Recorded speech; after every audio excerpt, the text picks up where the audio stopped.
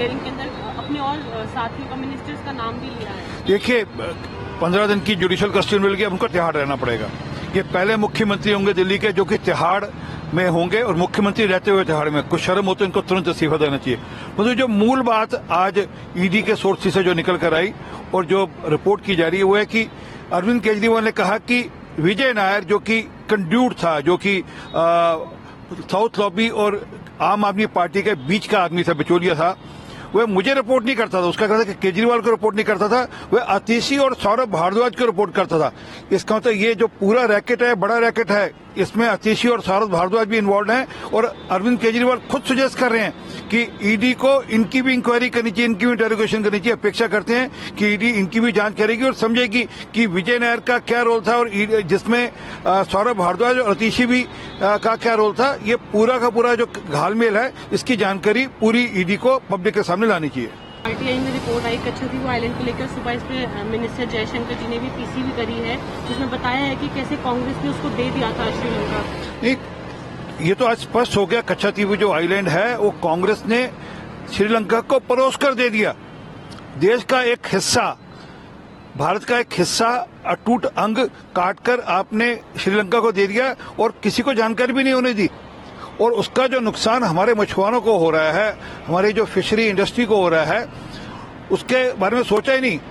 और सबसे बड़ी बात है कि डीएमके जो कि अपने आप को तमिलियंस का पार्टी कहती है, उन्होंने कुछ कहा ही नहीं इस पे, कभी कोई हल्ला भी नहीं किया, कोई बातचीत भी नहीं करी, क्योंकि अलायंस है, क्योंकि आपस में अलायंस है, इसलिए एक दूसरे की बचाव करते हैं। और जो तमिलियंस की जो मूल अधिकारों की रक्षा को बरकरार कर अपने इंटरेस्ट का चिंता करते हैं।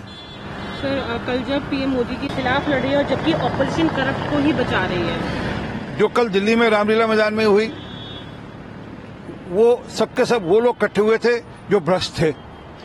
केजरीवाल साहब ने आज से 10-12 साल पहले यही रैली रखी थी और इन्हीं सब का नाम लिया था, जिनके साथ उनकी पत्नी कल खड़ी थी। वो फारूक अब्दुल्ला हो, वो तेजस्वी यादव हो, वो लालू यादव हो, वो सोनिया गांधी, राहुल गांधी हो, सबके सब वो लोग हैं जो भ्रष्टाचार में लिप्त हैं। और दूसरी ओर जो रैली मेरठ में हुई, उसमें प्रधानमंत्री मोदी ने बड़ा स्पष्ट किया कि हमारी लड़ाई भ्रष्टाचार के खिलाफ है और ये लड़ाई हम लड़ेंगे और भ्रष्टाचारियों को जेल भी भेजेंगे और उनकी संपत्ति जो जब्त करेंगे उसको पब्लिक वेलफेयर के लिए इस्तेमाल भी करेंगे। सर, ममता बनर्जी नहीं आएंगे और साथ में ये बोला है कि वो सीए को इम्प्लीमेंट नहीं होने देंगे बंगाल में। मेरा चैलेंज स्वीकार करें, वो अपने राज्य में 20 सीटें भी ले पाएंगे तो मान लेंगे।